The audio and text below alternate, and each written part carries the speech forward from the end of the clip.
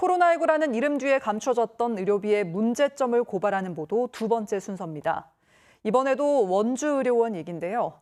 지방자치단체가 저소득층을 돕기 위해 마련한 인건비를 부당하게 탔었다가 적발돼 뒤늦게 반납한 것으로 드러났습니다.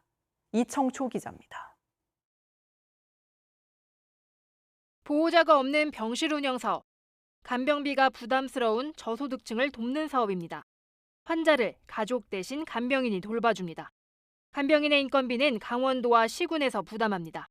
원주의료원도 이 사업을 담당했습니다. 문제는 2022년 발생했습니다. 당시 코로나19 때문에 보호자 없는 병실이 비게 됐습니다.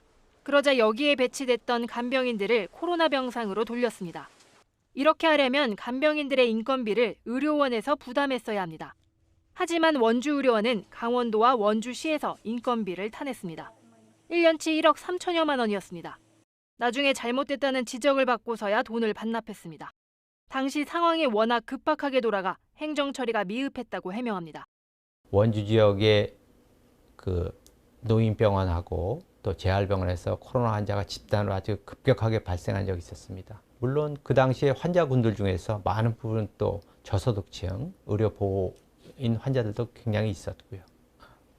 그렇게 해서 좀 어찌 보자면은 원칙에서 어긋났지만은 근본적으로 보자면은 대상이 되는 환자를 치료했다 이렇게도 볼 수 있죠.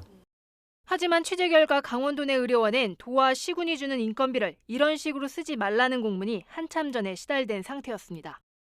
21년도까지는 보호자 없는 병실에 이제 그 주 인력이었던 간병 인력들을 코로나 전담병원에 좀 파견을 해서 같이 활용할 수 있게 했지만 22년도부터는 보호자 없는 병실 사업만 좀 전담해서 할 수 있게.